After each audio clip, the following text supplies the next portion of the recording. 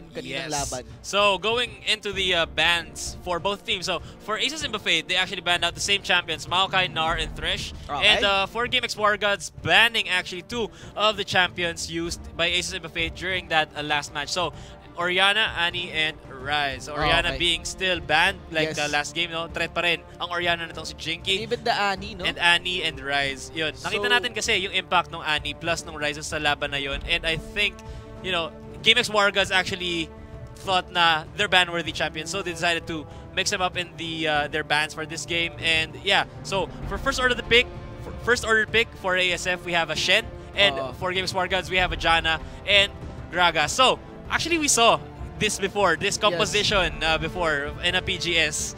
And I'm really excited kasi itong composition na to, ginagamit siya total disengage. And itong composition na to, ginamit siya nung Empire X versus GameX War Gods. Ito yung composition na tumalo sa kanila. Oops. Yung ba yung may Rise? Hindi. Ay, yung may Jarvan. Tapos natalo sila sa split push. Total disengage. Bali, pakiramdam lang, no? Tapos sinahayaan yung Jarvan mag-split push. Oo, yun yung grabe yun. Inabuso sila nung Jarvan top. And you have to take note na yung Jarvan na yun, behind yun. Yes, it was 3-9. Hindi ko makalimutan yung Jarvan 3-9-1. Nag-off lang talaga siya na mag-split push. Yeah. Kasi behind na nga siya. Yes. And Jarvan, yeah, some would say na pwede siyang sabihin as split push champion in the top lane, ganon. Pero actually pag nasa top lane siya, Jarvan is a kill lane. Yes, kill lane, sobrang kill lane. Dahil maganda yung kanyang maganda yung ratios nung kanyang Dragon Strike pati nung kanyang Cataclysm. Plus sa Flag and Drag, di ba? Sa outrate and sundutan. Kung sa split push, yes, there's the Damascene standard, okay, for the attack speed. Pero automatic pag nag-split push Jarvan ka, dalawang skill ka agad sa'yo ang walang gamit. And that is the Golden Aegis and the Cataclysm. Hindi mo yun magagamit pang split push. Pero ang primary function nun kapag split push is that whenever someone will come up, if ever someone comes up to you, lalo na kapag split push, syempre diba they'd send somebody and then pressure the same lane.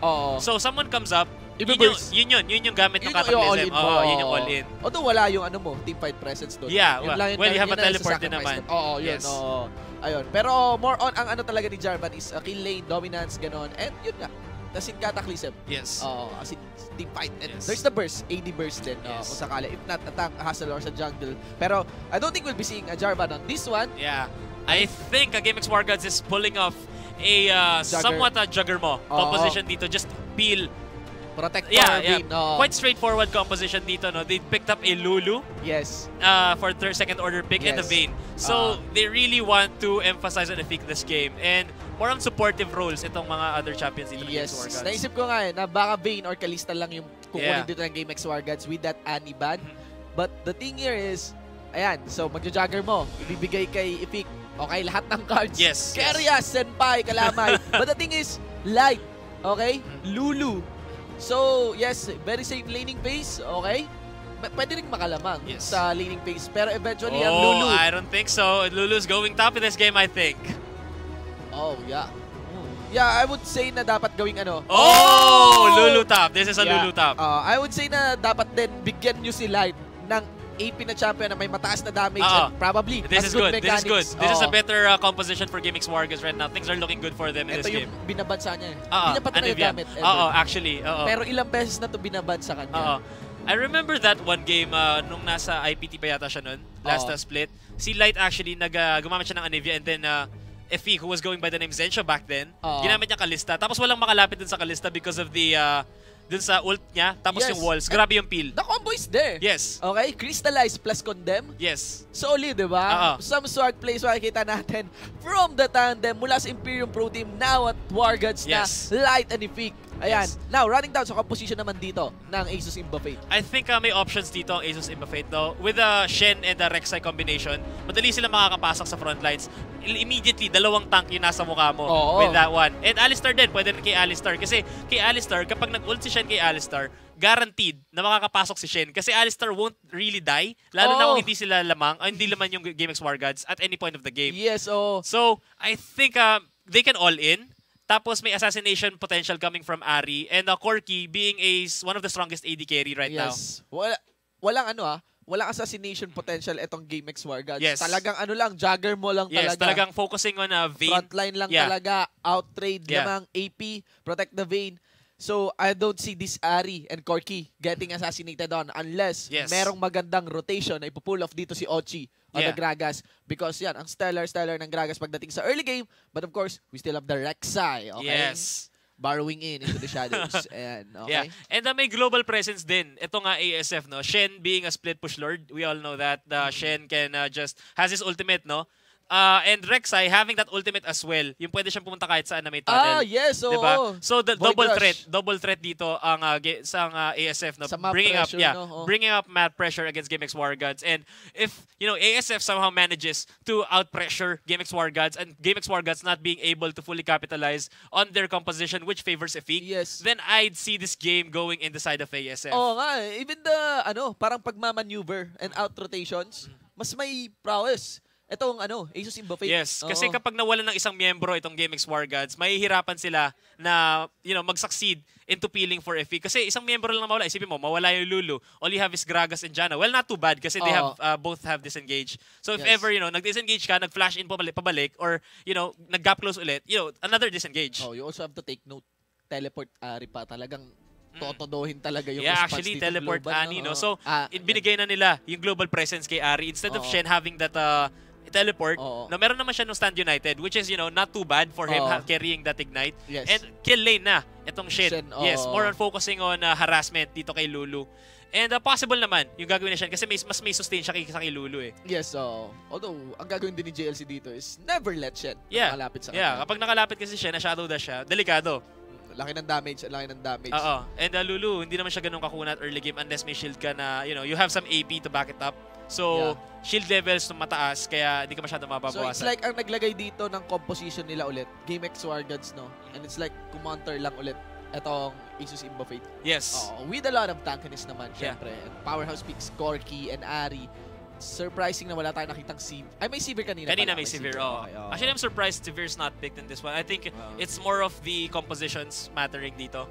And, I think dito yung ASF carrying that Ari teleport, more mobility for them. And Light might be having some trouble here with Ari in the mid lane. Lalo na si Ari being super mobile and Anivia being a skill shot dependent champion. And actually, in terms of like we have this thing called the rock paper scissors. Kala ko tadhana. Hindi naman.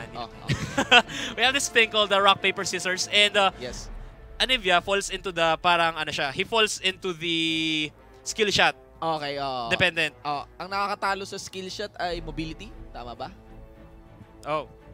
Okay. What? Ang nakakatalo sa skill shot, mobility. And mobility, nalulugi siya sa lockdown. Yung point and click. Yes, targeted CC. Nakita ko na yung rock, paper, scissors yan. Mula yata yan kay yung gumawa ng LOL guides na libro. Meron ganun? Oo, si katunog din yung Cinderhawk eh. Sa mga viewers natin, sa mga summoners natin, kung maalala nyo yun, Ciderhelm. Si Ciderhelm. Ciderhelm, Oo, as in gumawa siya ng libro content about, as in guide lang talaga sa league. Like, it's on sale. Ganun binibenta. Ganun siya ka, legit. Ganun katodo yun. Okay. So yan na guys, tingnan natin. First game, taken on by Asus Imba Fate. GameX War Gods, what we call them to be the comeback kings of the Philippines. Dito natin, makakabawi sila. Dito sa Game 2 of the series of the Garena Premier League 2015 Summer, guys. Take note, international po ito, okay? Hindi ito Pro Gaming Series. GPL na. Asan na sila? Naninigurado lang. Umasenso na, okay? On the blue side, we have Asus Imba Fate in the top lane. Slay on the Shen. In the jungle, Mew on a Rek'Sai. Mid lane, Jinkion and Arian. For the bottom duo, we have Lisna on a Corky AD carry and a Kihu on a Alistar support. And for the red side, we have the comeback kings of the Philippines, GameX War Gods. JLC in the top side with that Lulu. In the jungle, we have Ochi in that Gragas. In the mid lane, we have Light on Anivia. And in the bottom side, we have Efik in that Vayne and Stronger with that Janna. Twitch, Asubo, YouTube, at kung nakikinood ka man sa likod ng nanonood pa, sa lahat ng mga viewers natin, mga summoners, please do share the stream link, esports.garena.ph/stream. Share that on your timeline. Invite your friends in, your summoners, lahat ng LOL buddies yung naka-AFK, nakapula, di naglalaro, at kahit naglalaro, pahintuin nyo, manood dito sa ating GPL 2015 Summer. Napakatinding laban pa rin ito as our Philippine teams, GameX War Gods and Imperium Pro Team, takes a stand up against Southeast Asian teams, that is Asus Imba Fate versus Saigon Fantastic 5. Yes. So, makita natin dito. Tawagin nyo yung tropa nyo. Sabihin nyo, nag-Anivia si Light. Ayo, ano? Anivia, man. Tsaka si Efik, nag-Vayne. Tawagin nyo ang tropa nyo. Panoorin nyo itong game na to. I think this game would be a good one. Mala Euro LCS, kapatid. Oo, tsaka alam na ng Wargads. Wala nang disaster phase check. Tama na to. Tama na. Once is enough. Hindi na tayo pwedeng magpabaya ng kagaya kanina. Nanigurado tong si Light, kaya nag-pick na siya ng Anivia. Exciting to. Ilang beses talaga binanto against kay Lights. Actually, sa PGS na hindi niya nalaro, yung Anivia. And actually, surprising dito, no? Since 5.12 na tayo, wala nagpipick ng S-mid. Ay, oo. Diba? Meron tayong Runeglaive eh. Oo, which is talagang, yeah, I would say OP. OP talaga. Oo, kaya nga yung sa PBE ngayon, yung Runeglaive, hindi na siya nagpo-proc ng Luden's Echo. And 5.13 patch, may nerf sa Runeglaive. Yes. Kaya syempre, hindi nila in-expect na ganun yung gagawin. Isipin mo, nauso yung Diana mid ulit dahil dun sa smite. Sobrang lakas ng burst. Coming from kapag nag-lunar rush ka, tapos magpo-proc yun ng Runeglaive, tapos yung passive mo pa. Moonfall. Runeglaive din ulit. Runeglaive lang na Runeglaive. Diba? Grabe yung grabe yung ratio. Tapos grabe yung bawas na burst na ibinibigay ng Runeglaive. Ladagdagan mo pa ng Ludens, diba? Itong jungle na to, binibigyan ng problema yung mga taga-Riot. Tingnan natin. Okay, anong mangyayari on the meta with the Runeglaive getting nerf right now and surprisingly not getting peak hindi sa Pro League? Mamaya, baka sa Game 2, Game 3. Yes, okay, baka and Game 4. No? Sa second matchup natin, Imperium Pro Team versus Saigon Fantastic 5. Maybe somebody will go for a mid, Ezreal. Yes, and yung sa 5.13 din, 5.13 upcoming patch natin. And meron tayo doon yung bago, yung in-upgrade nila, yung Devourer na jungle item. Talaga? Yes. Nagkaroon siya, yung nag-ano na siya, meron yung na siyang extra effect. Tapos kapag nakuha mo yung max stacks nun, which is 30 stacks ng Devourer, mag-upgrade siya dun sa Sated Devourer. Tapos meron siyang additional effects. Yung parang similar mechanic siya dun sa passive ni Master Yi na double attack. Ano ba yan? Warwick na naman ba ulit? I don't think so. I think yung mga champions like Kayle, Master Yi, yun yung mga magbe-benefit greatly. For jungle, dito. For jungle, Devourer is attack speed. Attack speed, yes. Attack speed jungling. Yes. Okay. Ayan. So, steady start. Standard start for both of the junglers here. Getting supported down by the mid lane and the support. Yeah, actually, Jinking taking some damage here. Pero I think they're going to give the blue buff sa Ahri. I think early game blue buff dito, no? Quite an orthodox pickup dito coming from ASF.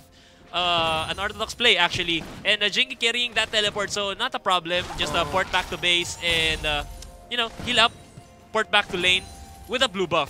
So our early game advantage given here, and Lisna actually giving Light some trouble in the mid lane. Early game Corki really deals a lot of damage, lalo na yung kanyang passive, which gives additional true damage sa kanyang basic attacks. 10% din yun. Ibang klaseng rotation to. Have your support the jungler, and put the ADR in the mid lane. Ayan, sobrang pangaharas. Inaabuso ni Lisna itong si Light dito sa mid lane. Ito, nakikita natin, Ochi. This is actually... Rotate na ko! Ang classic nito sa mid lane! Tingnan natin, liliko kaya sa kanan. Itong support. No, hindi! Mas mauna ang GPL Wargads teleport manggagaling. Mula dito kay Ahri in the mid lane. Ochi goes so low, Orb of Deception. No, it is even Corki getting the first blood against Ochi. The follow-up, where is it, kapatid? That was quite an iffy engage coming from Ochi. Malapit-lapit na sa turret itong si Lisna, pero napilit pa rin yung flash body slam kahit na hindi nakasunod si Stronger, and Light was a bit too far ahead. Yeah, dun sa minions. Sayang yung flash nakapush. Sayang yung flash ni Ochi, and he ended up getting killed in that lane, no? And ang ganda nung kakaiba ang ginagawa ng ASF dito, no? Nilagay nila si Corki sa mid side, while Ahri takes the bottom lane. Tsaka I would say na ang Bane naman kasi ang bagal talaga ng push. Lalo na kung early game na Bane yan. This is something. This is a rotation I haven't really seen. This is something new right now sa paningin ko. Kasi no one really did this before. Letting an Ahri take a teleport, bring him bottom lane, and let the AD carry farm up the mid lane. So that effectively gives you the chance for your support to roam with your jungler and make an effort around the map. Constant pressure ito. And hindi ka masyadong mag-worry dito sa Corki because Anivia relies too much on her Q and Flash Frost, and actually that hit, and I think he would drop. There's the egg! I forgot about the egg. Oh my god. And yun nga, kahit na kahit na na-pressure itong si Light, still the mechanics is present and that's why he got a kill against the Corki. Itlog mechanics mula kay Light, no? Nagulat din ako doon. Oo, feel ko nagdalawang isip na dito, nagsisimula na magdalawang isip dito yung ASF. Pero sa rotation nila, yes. I mean, sa paka-distribute nila ng champions nila. Pero let's not forget, may flash pa itong si Corki while Light has no flash anymore. So, greater pressure for Light. Wala na rin siyang egg mode dito. So, I think mas open na siya sa pag-ganks nitong si Mio tsaka ni Akiho. Sobrang bihira ng nag-Anivia. Muntik ko na makalimutan yung passive pala dito. The egg mode. Seems that Corki has the upper hand on that lane. Yeah. No? Yes. Shoving Anivia on his turret, pero no. Flashes in, all in with the Ignite. And yun, yung Frost Flash and Frostbite combo, atas talaga ng damage on the Corki. Yes, nagdo-double damage kasi yung Icicle kapag ginamit niya, pag tinamaan siya nung ult tsaka nung slow. And even with Corki, so bringing Corki in the mid lane, wala ring magic resist si Corki. Yeah, AD carry. Talagang nilagyan din, lang talaga. I would assume baka yung blue yung blue runes nito, baka attack speed pa nga. Pwede. And yeah, kasi meron din namang early game presence. May clear naman si Corki kahit papano sa early game with the phosphorus bumps, no? And Jinky taking some fire coming from Efik. The harassment is real with the Janna and the Vayne bottom side while Light actually having trouble. May AP scaling si Corki, right? Yeah, yung phosphorus bumps, it scales with AP. Most likely, mas lalagyan mo pa siyang AP kaysa sa magic resist. Yeah. I think yung magic resist lang naman ni Corki dito is coming from the sheet. Yung pa yung 25 AP niya. It's just from the sheet. Alright. So, yung AP. Yung dala niyang AP. Yeah, it's from the sheet. And so, actually both mid laners having a hard time. Pero mas mahirapan dito si Jinky kasi, Ahri having no mobility before level 6, just a flash. Yes. And Charm, which is a targeted, skill shot dependent skill na may CC. And ito na, nakita natin yung all-in. Ganda na combo yun! Rek'Sai knock-up! There's also the thought from the Shen Shadow Death as Jinky does his job, slaying a big. Now there's the Janna in the backline of JLC. Lulu has no damage for this one. Here comes Light.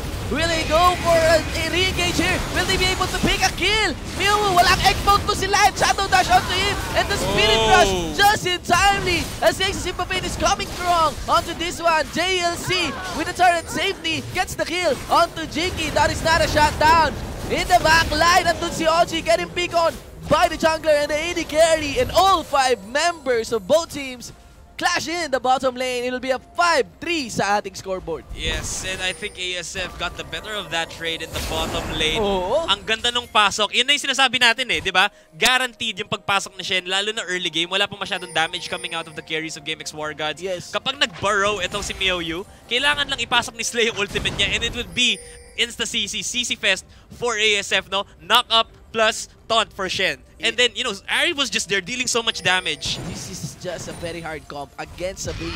Yes, exactly. Sobra. Kapag na-all-in itong si Vayne at hindi siya nasuportahan, hindi nakapag-disengage yung GameX War Gods, then it's gonna be hard for them to actually take this game. Ang daming dinadalang matindi dito ng Aces Kimpapig. First is putting Corki in the mid lane. Yeah. Really interesting. Like, sobrang nasanay tayo. Lane swap, ganon. Yeah. ADR, ganon. But you never see an AD carry getting in the mid lane. Oo naman Like, naghahanap tayo ng mid lane matchup. Sige, kung naka-counter ng ADR nyo, kung naka-counter ng ADR nyo yung mid laner, lagay nyo talaga siya dun sa mid lane.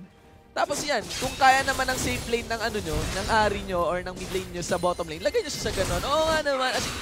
So many possibilities pa. Ang daming pwede walang gawin talaga dito sa League of Legends, even with the meta. Yeah, I think the main reason bakit nila nilagay si Liz na sa mid lane, kasi Anivia relies so much on hitting those flash frosts plus yung kanyang ultimate, tapos Icicle, double damage. Yes. And with Corki being a mobile champion, may heal siya, may assurance siya ng heal, may assurance siya ng flash, pati yung Valkyrie. And hindi naman sure natatama yung mga flash frost. Hindi makaka-combo. Kaya nilagay, confident sila na ilagay si Liz na sa mid lane while harassing Light. Kasi pag nagbitaw na si Light ng flash frost, then si Corki, he's just free to attack, auto-attack itong si Light. And Anivia doesn't really do well in trades like that. Yes, and even if he 7-1, ay 0-1, 7-1 CS right now. Let's see the gold. Yes, so may lamang talaga dito si Corki against the Efik. This jogger mo relies heavily on him. Yeah, pero right now, in terms of CS, sobrang lamang nitong si Light as compared to Jinky dito sa bottom side. And sobrang nahihirapan itong si Jinky kasi duo bot. Ayaw ibitaw nitong Stronger ang bottom side. So Akiho going for a gank here. Stronger getting a bit of damage here. Akiho Alright, so, wow! Spirit Rush in! The final hour activated. Nakikita dito si Light. Janna on the Monsoon. Ignite onto him. Over the Sensor is in return. And it's Jiki slaying the Janna. 1-for-1 in the bottom lane. Yes, so talagang pinipressure ng ASF itong bottom side. And that was a bit of overconfident play coming from ASF, no? Talagang kinagko-commit sila dito kay Akiho dun sa engage. At gusto nila talagang hindi maka-farm itong si Efik. No, pummeling them with ganks since kanina. And, you know, with that, naging successful sila with the Janna, though the kill went to Janna and Efik got an assist. So, I think it was still a good trade. However, you know, JLC just up here in top won't be able to do much except for, you know, damage his third. I think he would be able to take this down. Kahit na medyo mabagal-bagal yung damage. May pixie hit ba? Wala. Yeah. Oo. It seems, with this kind of configuration and laning and early game, tanging si Light yata magiging ray of hope para sa GameX Wargads as si Pick is getting removed from the table. In the top lane, JLC getting collapsed on by two brusco jungler support dito ng Asus Impa-Fate. Here comes Stronger. A two-man Howling Gale. Glitter lands all in onto Mew. And that will put JLC on the turret safety. Yes, so yun, JLC surviving that gank. And, you know, quite a frisky play coming from GameX Wargads, so pushing the lane and without, you know, much wards, vision control over the river. And if you can see yung vision coverage ng ASF now, right now there are 3 wards placed down on the top side, so they know that it's very safe to farm over there. Napaka-aggressive dito ng Asus Impa-Fate, no? Yeah. Taas ng confidence coming from Game 1. Yeah. 6-4 mga kapatid with 1K gold lead in their hand. Yeah, and talaga na pagpaplaluhan yung pagpe-pressure nila kasi they have 3 wards over there while, you know, there's only 1 vision ward coming from GameX Wargads which is placed defensively over the river area. I mean, in the blue side. And, you know, that wouldn't do much. They just prevent counter jungling coming from ASF. But then, you know, Efik won't be able to farm safely with peace of mind kasi wala silang ward over that river area. Just 1 ward over that side over behind the dragon near the red buff and 1 over there near the bush. Pero if the Rek'Sai is over there and Efik is still, you know, way past the river area, then it's almost a guaranteed kill for ASF. This rotation is steadily in the hands of Asus Impa-Fate. Ang hindi na lang natin nakikita dito ay team fight, 5v5, no? Yeah. Sino kan lalamang? We have seen yung 10 summoners na napunta sa bottom lane with the tower dive. And tower dive pa yun ng Asus Impa-Fate. Pero I wouldn't consider that as a team fight, but a prolonged skirmish. Yes. Wala pa kasi sila ng ultimates at that time. Itong si Stronger didn't have the Monsoon back then, kaya wala pa yung disengage potential nila. Tsaka sa ganitong klaseng tankiness naman talaga, pwede ka talagang pumwersa ng mga ganong klaseng tower dive. Shen, Alistar, and you could even consider the Rek'Sai. Right? Yes. And actually, Rek'Sai opting for that warrior enchantment sa kanyang Rek'Sai. I think there's Shen kasi nababackup rin sa kanya every time he goes for an engage. Here comes the Golden Cow. Spirit Rush in! Coconut yata! And finally, the final run or final stand manggagaling dito kay Slay. JLC gets collapsed on by 4 members. Knock up! Nice! What a mechanics here by JLC onto Mew. The damage standing up in the front line. There is Slay as the damage! The free hit of his time. That is the 3rd silver ball connected to the Alistar. Walang unbreakable wheel as he will go down onto Slay again. Here comes Corky, a new challenger. Flush Crash and of course, redeeming the team of GameX Wargads. It will be a 4-4-0 exchange in the bottom lane. Time! Ang ganda nung ginawa ni JLC. That was so perfect. That was like wild growth and then flash away. Tapos kumapit yung wild growth. Somehow, nauna yung wild growth by a millisecond. After that, immediate flash. I thought for certain he would die. But then he managed to survive. And Efik as well. Nako, hindi in-expect ng ASF yung engage na yun coming from GameX Wargads. It was the power of counter-engage. Baka may gusto mag-replay dyan, mga kapatid. Gustong-gusto namin makita yun. The mechanics is really solid from GameX Wargads onto this one. A 2-kill lead and a turnaround. Evening the gold actually with the dragon in their hands. Yes, that was massive for GameX Wargads. That was what they needed, no? Yung ganong klase ng plays, nakakataas ng moral yun. And right now, during these kinds of games, morale is everything. Yan, replay mga kapatid. All in kay Pinodo talaga. Akala ko nagkamali si Stronger dun eh, di ba? He was peeling for Vayne. Hindi pero, naman kailangan. like, lumapit pa itong si Jinky, si Slay, tsaka si Akiho kay Efik. At ito, makikita natin dito, JLC dropping so much. And I thought for certain he would die. Pero ito, wow! Yun, grabe yun. Ilang kahoy yun? Ang daming na-knock up, tapos nabuhay siya doon with a flash. It was so impressive. And from here on out, nakapag-peel sila ng maayos for Efik. Plus Light dealing so much damage right here. And, you know, that was just beautiful coming from GameX War Gods. Yes, real talk. Solid mga kapatid. Shoutout sa bagong buhok ni JLC. But it seems JLC gets picked on dito sa ating top lane. Getting back into the game. Okay? Ayan, 7-8 mga kapatid. It's a good rotation done by Aces Mbappe. We'll also give them the other top target. Yes, so JLC in the top side turret gun down here for ASF. So, you know, that's a good rotation coming from ASF. They just took down JLC in the top side kasi they know na wala masyadong vision itong GameX War Gods around the map. And with 4 guys up top, you know, it's only natural you would take an objective after you get the kill, knowing na yung other lanes, nandun yung ibang champions coming from GameX War Gods. Jinky also, sobrang sakit na. 3-2-3. Okay, 3 kills nakuha ka agad. We got engaged in the bottom lane. Isang laking problema din kay Jinky, nung in-all-in nila si Efik, wala na siyang Spirit Rush. Yes. Kasi, yun nga, I think di ba na-outposition siya with the Janna. Pero, I think that worked to their advantage. Pero somehow they didn't want to push through with killing Efik. Kasi there was response na coming from other members of GameX War Gods. Kailangan ng, isipin muli, ng Ace Mbappe ang mga engage nila. Yeah. After that team fight talaga in the bottom lane. Yeah, no, kapag nag-engage itong si Rek'Sai with the ultimate coming from Shen, Stand United, madali lang sila i-disengage nung Janna with the Monsoon. Plus, they have also Gragas with the Explosive Cask and Stronger taking some damage here coming from Jinky. However, won't connect into a kill because of that Eye of the Storm and Jinky not willing to fully commit with that one. Same place kung saan nag-face check si Light. Yes. May itlog na ba to si Anivia? Sana maulit muli. Yes, meron na siya. Ayan, meron na siyang itlog. Yes, makikita mo dun sa status niya. Yun, tip for Anivia, if you're playing against Anivia, makikita mo dun sa status niya, kapag kulay blue yung itlog, ibig sabihin, meron siyang egg mode.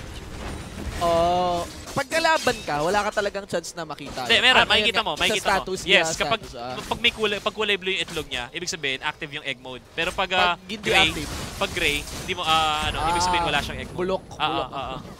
Hindi siya itlog. Peke, expired ganun. Hindi gumagana ang itlog. 7-8 in the top lane. Matchup na naman. Ari versus the bottom duo of GameX War Gods. Talaga hindi sila nagsasawa magkitaan dito. And Corgi still remaining in the middle lane. Though, in terms of CS, lamas-lamang itong si Anivia kay Ari as compared to Corgi dito kay Vayne, no? 20 CS lead for Corgi against Vayne. Pero yung kay Ari and Anivia, I think it's 30 CS. Look, Vayne actually has more gold. I think it's because of 2-1-3, because of the 3 additional assists that she has. Steady lang. Yeah. Pagdating naman sa itemization, even then Blade of the Ruined King against the Trinity Force. Yes. But I would lean on the Corki for the burst. Yeah, I'd go for Corki for the burst. Pero seeing a Vayne, no? Kapag na-condemn ka as Corki sa wall, mahirapan ka. Condemn ang kailangan mo talaga. Pero you know, at this point, kapag tinamaan ka ng phospho bombs ni Corki, may vision yun. And if you get hit with that, tapos kahit mag-condemn ka, sobrang sakit talaga ni Corgi sa mid-game, lalo na pag nakuha siya ng Triforce. And Corgi is known to be, I think, probably the strongest AD carry in the mid-game. Kapag nakuha siya ng Triforce, that power spike is so immense na kahit Vayne na naka-Blade of the Ruined King na naka-ultimate, mahihirapan makipag-trade sa Corgi. JLC saying, vroom, vroom! Stand United getting activated on by the Shen. The Shadow Dash connects onto JLC. Wala na rin itong Wild Growth. There's the Monsoon. Magagaling kay Stronger. Wala na rin guesses dito si Jinky. 3 members of the nice collapse in. Nice splash there by Jinky. Return Orb of Deception. Slay. Shadow Dash. What a nice Howling Gale there by Stronger. In the back line, nandun din si Oji getting collapse on by Lista. There's also Myo with the knock-up. Oji, he will go down first against Myo. Now, down to Stronger. Double kill na po. Ito ang ating Rek'Sai. Here comes si Vic. Going to retell in this one. Flashes in. Papunta dito kay Lista. One last hit. One connect. And it is JLC. Nagpapalik! Ari, mga kapatid! Nako, ituloy mo yan! GM Kairu! Vic actually taking some damage right here. And he would go down to the Rek'Sai. JLC. Myo just hammering him down. Not in the backlines though. JLC trying to survive here. One change target. Myo now after Light. Light has no mana. He won't be able to survive this one, I think. He had just expended that egg. And it would be Akiho and Myo hammering him down. And that would be a kill. Though Shen is still alive. JLC is still alive. But the Prey Seeker takes him down. double kill for MiYoYu, and that would be ASF coming out on top in that trade. After the bottom lane turnaround in favor of GameX Wargods, top lane engage, it will be ASF Mbappe dictating this one. A 2-kill lead on top of a 2K gold lead. Akala ko mananalo yung GameX Wargods dun sa trade na yun, no? Oo. Seeing na nagbabalik doon si JLC. Pero yung mga JLC talaga eh. Yeah. Di mo alam kung anong gagawin bigla talaga eh. Ang grabe. tindi ng mga mechanics nito ni JLC. But the thing is, paisa-isa rin yung pagdating. Yeah. Kinulang talaga. Ang nauna doon sa engage na yun, ang taas na ng damage na na-dish out ni Lisa. Ay, ni Jinky, Ari, on to JLC. Saka palang dumating din si Epic. Yeah. Sayang yung third silver bolt hit kay Corky. Hindi ka agad na-connect. And Epic gets bursted quickly. Naghabol kasi sila nun. And mali yung ginawa ni Ochi na pasok. It was kind of faulty. Kasi when he got in, sobrang na-chop down yung buhay niya. Tapos, when he used the explosive gas, medyo lumapit pa doon sa position niya yung mga members ng ASF. Tapos, he just died after that. It was bad. It was bad for GameX Wargods having no tank at all dun sa engage na yon. And they have all this disengage, pero without Gragas tanking damage, hindi nila magagamit to the full potential yung kanilang comp dito. Yes, this might be the first dragon para sa GameX Wargods as we see no rotation of contest na manggagaling sa ASF Mbappe. 1-for-1 now into the dragon. They will rotate now. Let's see. No, they will be able to save this outer middle turret. Yes, so that would be a dragon for a mid lane turret right here. Second dragon though for GameX Wargods. Akil taking some damage right Toto here. na yata ito. Nako, Howling Gale connected onto the Alistar. Launch Flash and Epic gets the kill on Akiho 1. Hindi man lang nagamit ni Alistar ang kanyang unbreakable will. No. So nabasag yung kanilang paniniwala dito. Hindi na tansya. Now look at this. Split push, no? Top lane and Ari. Okay? Yes, ito pinapakita ng ASF yung global presence ng kanilang team comp dito. MiYoYu and Slay here just hammering down on the turret right here. And I think they would be able to take this one down. That would be 4-1 in terms of turret taken in favor of ASF. There's a stronger rotating in the top lane. Hindi natin kung meron silang makukuha ang pick. I think with Ochi recalling now, wala na yata silang gagawin dito. Yeah, I think they ought to disengage, no? Going back in that engage in the top lane, no? Ang lungkot na nangyari din kay Light. I mean, yes, there's the egg form. Yes. Ang problema, paglabas niya walang mana. Yun lang. As in, mas okay pa na Anivia ka na walang egg form, na walang egg form, kaysa Anivia ka na walang mana. Yeah, yeah. Walking target ka na lang eh. And yun nga, kasi sobrang tumagal yung fight na yun. And nag-expend na karamihan ng skills ni, yun nga, yung mana ni Light. Plus, wala na nga yung Gragas na to tank, soak up damage. Kasi nag-drop agad siya, sobrang bilis lang. And ito nakapagtataka yung build nitong si Ochi, no? Going for that Giant's belt, and meron pa siya ng Dull Magic Mantle. So I'm not sure what he's planning to build right now, but I think he ought to build a Solari. Ito na naman tayo sa Iron Solari. Ito na naman tayo. Three of their champions are magic damage-based dealers. So, we have Corky, we have Ari, and we have Shen. Corky, kahit na ED carry siya, mixed damage dealer coming from the ultimate and the Phosphorus Pumps. And, you know, without having an Iron Solari right now, it would be really disadvantageous for their team.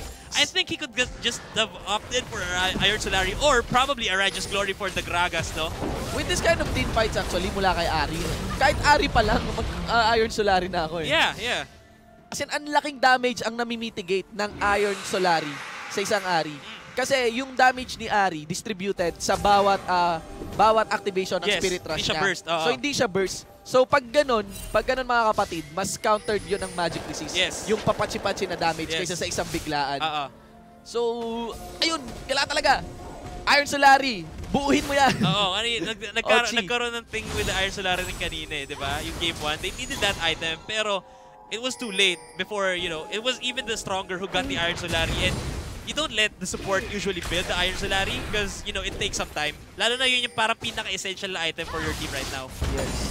Sa pang ginagawa talaga, no, ASF Mbappe dito, pressured the two lanes, okay, top and bottom lane, because both has teleport. Yes. If ever something weird breaks out in the mid lane, kanina ang ginagawa ng ASF Mbappe, hard on engage. Dadalahin si Shen gamit ang mga hard engage nila. Dalawang teleport pagkagaling dito. Final hour, still connected. Epic! Oh my God! The mechanics mo, kapatid! Third silver bolt broke, tumbles in, connected onto Jinky. There's the Zonya's Hourglass. Epic will position up. Palayo sa third distance. On the bottom lane, wala pa rin kill na magaganap dito. Wala pa rin. Okay, as Ochi tries to defend this inner bottom turret against Akio and Rek'Sai. Wala namang pushing power itong dalawang to. Di ko alam kung ano pwede nilang Actually, si gawin. Rek'Sai meron. Ah, May si attack speed Rek'Sai. siya, tsaka meron siyang warrior. Okay, Akiyu, itatangko ito. Unbreakable Will as Lista in the backline. Nice flash there by OG. Here comes the police. And the crystallized displays on Akiyu. In the backline, there's also JLC. Wala kang wild growth. It's the first on the Lista. Ascent teleport. Miyowu trying to hide here in the side flash. Umakat ka camera. It will be Light on an egg form. He will not survive this one. And that will be a legendary Rek'Sai Miyowu double kill. And it will be ASUS Mbappe stepping up in that inner bottom turret engage. Yeah, that was so unfortunate in the side of GPL Wargads. No? Actually, Miyowu almost dropped dun sa, ano na yun, sa bush. I think one hit na lang siya kanina, pero he managed to stay alive and sustain himself. And, you know, get that kill. Legendary 10-1 for Rek'Sai. Really, really dangerous. And they would be taking this turret right here in the bottom side. That would be 5-4 in terms of turrets. While Efik is in the top side, just split pushing, and Aryu not being able to do anything. 16-15 mga kapatid. Sobrang lapit nito as we enter the late game. A 4K gold lead here by ASUS Mbappe. What I'm seeing here is that ASUS Mbappe is not allowing GameX Wargads to group up and utilize the Juggernaut composition they're targeting. Yes, and Efik might be in trouble here. A teleport coming from Rex. Actually, the ultimate here. And Miyowu just diving in. Righteous Glory activated. Efik in trouble. Smited right there. Miyowu, Efik activating that ultimate. And Glory later the Ruined King. But then Miyowu just taking so much damage. Not much armor here. And now they're now in trouble. Counter engage coming from ASF. That explosive cast just missed Rek'Sai. And that will be the end of Akiho. A good counter engage in favor of GameX Wargads. Now rotating towards the Baron area. Alam na, Bane, effective na kapatid! They're now going to take this Baron. Bane dishing out so much damage after that very hard engage and force target by Rek'Sai and Alistar. 4v5 ang kakalabasan nitong Baron na to. If they go for this one, stronger not wasting any time. Monsoon activated. Here comes Jinky trying to block in, slaying the front line. Lista is being a problem. He person down. JLC who will get the Baron, and it will be a double kill para kay Corky. The Baron getting taken on by ASUS Mbappe. This is very bad as one member of GameX Wargads is remaining. That will be live. Flash in the Flash Frost. A quadra kill for the AD carry of ASUS Mbappe. This looks really bad for GameX Wargads right now. Corky getting that quadra kill and that Baron. I'm surprised, no? Both smites didn't actually connect in that one. Hindi ko nakita. Nakita ko nag-drop to 16 HP yung Baron. It was so weird. Let's see the replay. Okay. So, ito syempre, di ba? Once ASF entered the fray, talagang maguguluhan dito yung GameX Wargads. Maguguluhan dito yung GameX Wargads. And, you know, light good zoning to Ari. Pero nakulong dito yung GameX Wargads sa loob ng Baron Pit. Oh, you see? That smite. And, you know, not another smite. And it would drop to 18-4 HP. Nag-16. Nag-regen pa yung Baron. Hindi agad nakuha. And, yeah, kasi naprotektahan nila na maayos yung Corky. Actually, Corky just taking to the offensive, no? Talagang ang ganda nung peel na ginagawa nung Shin sa kanila and the Rek'Sai as well. Yun? So ang naging jugger mo yung ASUS Mbappe. And actually, you know, GameX Wargads Light might have had a chance to kill this na if that Flash Frost connected. However, you know, sadly, Corky flashed in and eliminated Light there. Wow, this is a battle of two AD carries. Because you know, ang ganda na ng presence dito ni Efik sa game na to. Yes, but definitely. look at that Corky. What he did over that Baron fight. That is of course objective by GameX Wargads. Yes. But that will put another lead in the hands of ASUS Mbappe. Ano kayang kakalabasan nito mga Sounders? Sobrang exciting ng laban nito. GameX Wargads versus ASUS Mbappe. Game 2 of the first series dito sa ating Garena Premier League 2015 Summer Split Day 1 of its Week 3. Hindi talaga ako mag-get over na nag-regen pa yung Baron. Umabot sa 4 yung HP, tapos naging 16. It was so weird, man. Them smites, pre. Nagkamali yata. I think pumasok lang sa isip ni Ochi na kailangan ko gamitin yung smite ko bago ako mamatay. Medyo confident ang mga shoutcasters pagdating sa smite nila, no? Lahat tayo parang kapang-kapa mag-smite eh. Kahit si GS Amplifier nakadalawa yata smite steal sa King's namin kahapon. So 21-18, regal lead by ASUS Mbappe going to the itemization. We could see Zonya's Arglas completed now for the Ari. After the Morello Nomicon is opting to buy an Abyssal Scepter on this one. And look at that Rek'Sai, 10-8. Randuin's Omen getting peak on, putting a lot of tankiness as the Malmortius. Okay, the Malmortius completed now. Then mula sa Hex Drinker, Okay, I think ang taas talaga ng damage, no? Yeah. Ng Warrior Enchantment combined with a Black Cleaver. I still don't know. I have no idea why Itong build na to. Ochi built Erranduin's Omen. I mean, it's just a Rek'Sai with like 80 base. But even so, wala naman siya, you know, the damage, 80 base. Yung damage talaga, the damage output of ASF is completely relied on magic damage. Majority is magic damage. Yun yung i-mitigate ko. Yeah, so still, no, walang bakas ng pagbibuild ng Iron Solari dito sa game na to. And I think that's one of the points kung bakit ganito yung nagiging situation ng GameX Warriors. And Ochi not really being that efficient in the jungle, no? 5 lang out of the 18 kills ng GameX Warriors ang nag-participate siya. That's like around 30%. Participation. Yeah, participation. And that's not really, you know, as a jungler, hindi yun yung goal mo. You'd want to be on most of the kills kasi you'd want to be the one who engaging those fights. And apparently, it's not what's happening right now. Not being really efficient in the jungle with that Gragas. We're entering the first half hour of our game, mga kapatid. ASF taking a siege here sa bawat inhibitor talent dito ng GameX Wargods. Epic action time na! Final are activated! Slay after the shadow dash! Flashes off! Still not enough. Epic gets the kill. Let's see. 4 members are remaining for ASF stronger. And Epic rotating now in the mid lane and looking for a fight. Okay, ASF right now backing because they lost the pressure in the bottom side and the support coming from Shen right there. So they decided to back off and they won't be able to siege this one because of the Anivia. Anivia really can't defend turrets, lalo na with that ultimate plus that shield, that wall, the crystallize. Hindi kayo makakapush doon. Thou shall not pass. You cannot Actually, pass. sobrang nagagandahan ako sa mga terrain skills. Yung nag-modify ng terrain na skills. Kasi para talaga siyang pseudo skills. Yes. Na hindi mo na-cleanse or anything. Yeah. Limiting the position of the enemy. Righteous Glory activated in the front line. Ochi, nice build there, kapatid. Epic is trying to sidestep in, laying down those silver bolts. Here comes Light. Lumilipat na birdie on the side. Still, no engage here in the top inhibitor turret ng GameX Wargods. That was quite a bad flash coming from Epic. Iniisip pa ng paano talaga natin ito papasukin, no? Yeah, I think that's what GameX Wargods need to do, no? Wait for the right moment. They like wait for ASF to go in. Maging impatient, maging katulad ni GSV2. JLC, nako! Napakasakit ng damage coming from Corky. Ito pa mga kapatid. Let's see, JLC low. Still not enough. Home guard. Away. Hindi pa rin kaya. Yung wave clear talaga. Ang taas. And Anivia, no, sporting a... So many flashes, so little time. Third silver ball hit onto Akil. Condemn onto him. Here comes Rek'Sai, delivering the Rek'Sai and delivering the Shen. Now look at here. Epic trying to contest in by Lisna in the backline. A 3-man shadow dash by Slay. Also, Lisna is having the best time of his life with the free hits. Mula sa pila kanyang teammates in the front line. Heal magagaling kay Epic. Wow, nice job there. Nice mechanics, kapatid. It will be a 2-4-0 with that engage again. Sa tinagal-tagal ng engage na yun, 2 miyembro lang ng ASF yung namatay. Pre. I mean, nag-aantay lang talaga ng mali dito ang GameX Wargods. Tama yun. Actually, namatay itong si Ari sa top lane pa 1v1 against Light doon. Hindi niya kinaya yung powers ng Ibon, no? Na Wolf versus Bergie.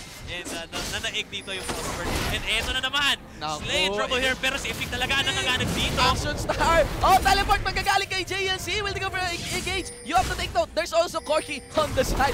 Hala ka dyan! JLC! Glitter lines! Nako! Teleport also magagaling mula sa Ari! Here we go, mga kapatid! Here comes Ari! Spirit Rush in! Will it connect? Onto Epic! Epic still surviving this one! And it's Jakey slaying stronger! Another peel mula kay Ochi! Light running for his life! He's now an egg form! Epic! Layuan yung itlog ko! And here comes Slay! Third silver ball! But Lista is there! Light revives it! Flash Frost! Also, the Glacial!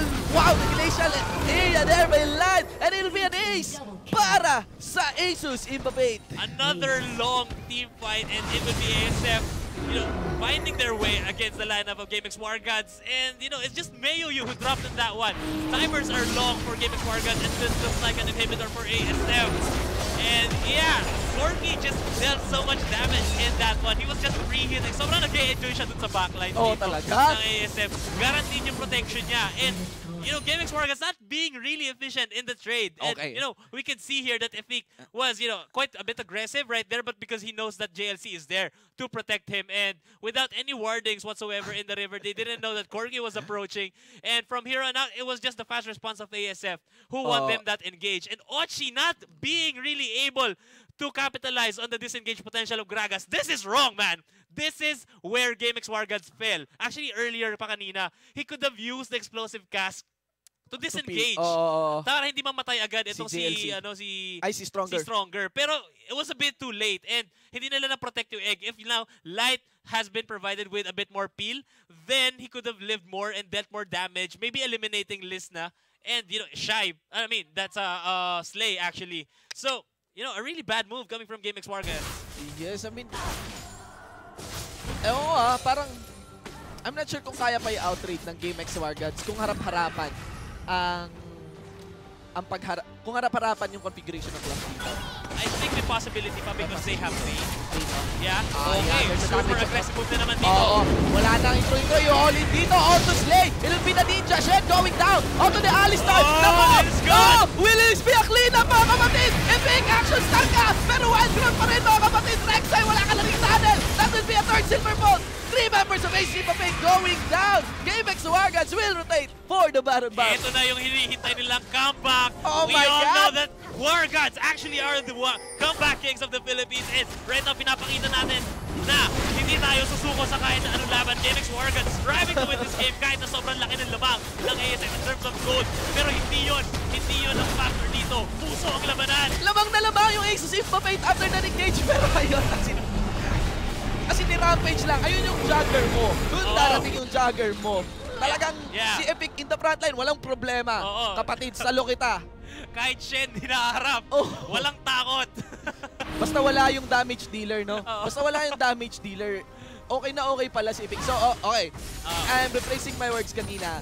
If a 5v5 teamfight breaks out, yes, hindi pa rin talaga lost yung GameX Wargads, especially now with the Baron buff. Okay? And the Shred is there para kay Epic. Mula kay Epic. Pero we must know, no? Yung move na yun coming from ASF, it was a bit throwy. we must admit. Siyempre, mistake talaga. But it was good in the part of GameX Wargads to capitalize on that mistake. Kung nag-commit si Jinky doon, could have been the game.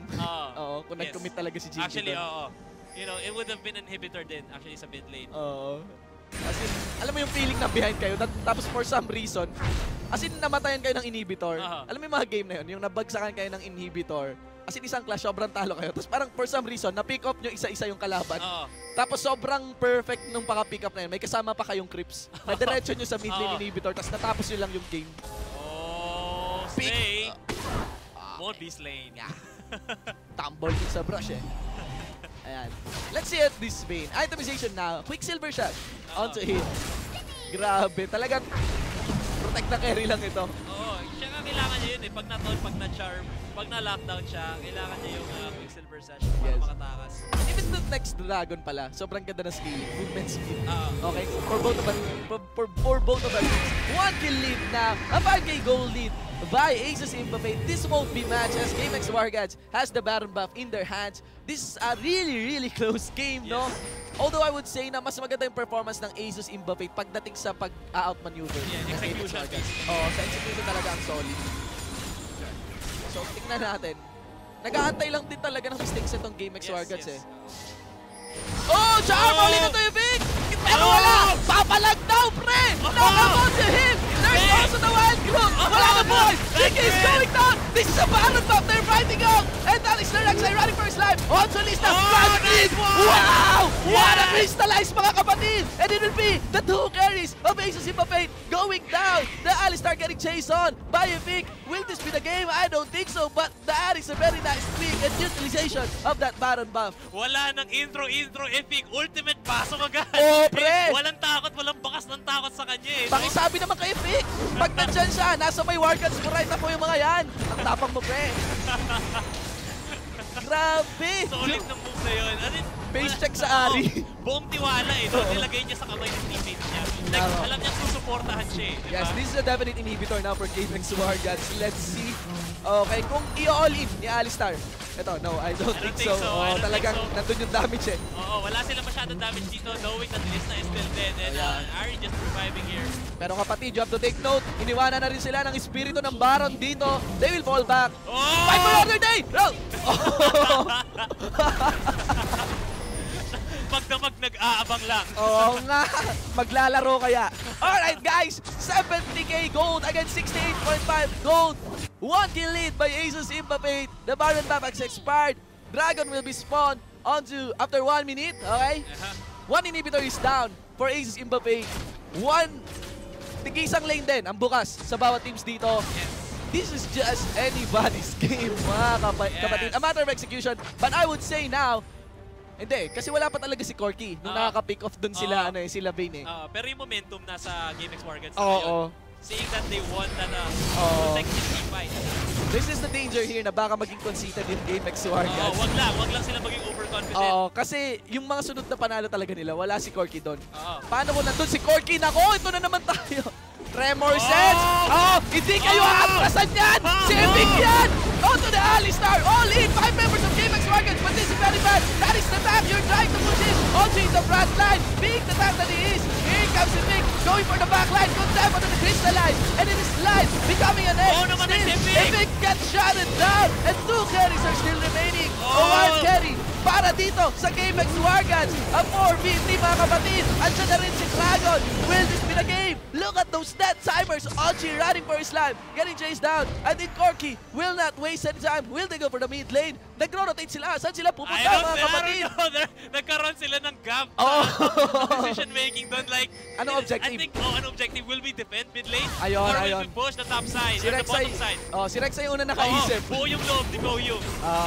Miyu. Kung ano ang pangalan niya. It's very hard to push actually against Alulu, no? Yeah, pero no, 3 members, actually 4 members collapsing in there. Meron pa silang 20 seconds, but I don't think they can take down a turret right there. You see? That's what happens when there's a Corky. Yung 5v5 na yun, no, talagang nag-all-in itong si Epic. Pero hindi niya pa rin kaya yung burst nitong si Corky. Kakaiba pa rin yung mapangyarihan ng Corky. Lalo na, medyo mas makunat ko na siya kasi may Banshee siya. Now, this will shoot up. Asus Mbappe on taking that very pretty scaling Dragon buff. Ang movement speed, Dragon Slayer buff from them. Okay, Ochik pupwesto din. Paparikulin niya kaya ba to? Actually, bottom lane pala yun. Bottom lane turret. Ang nawasak. Inner?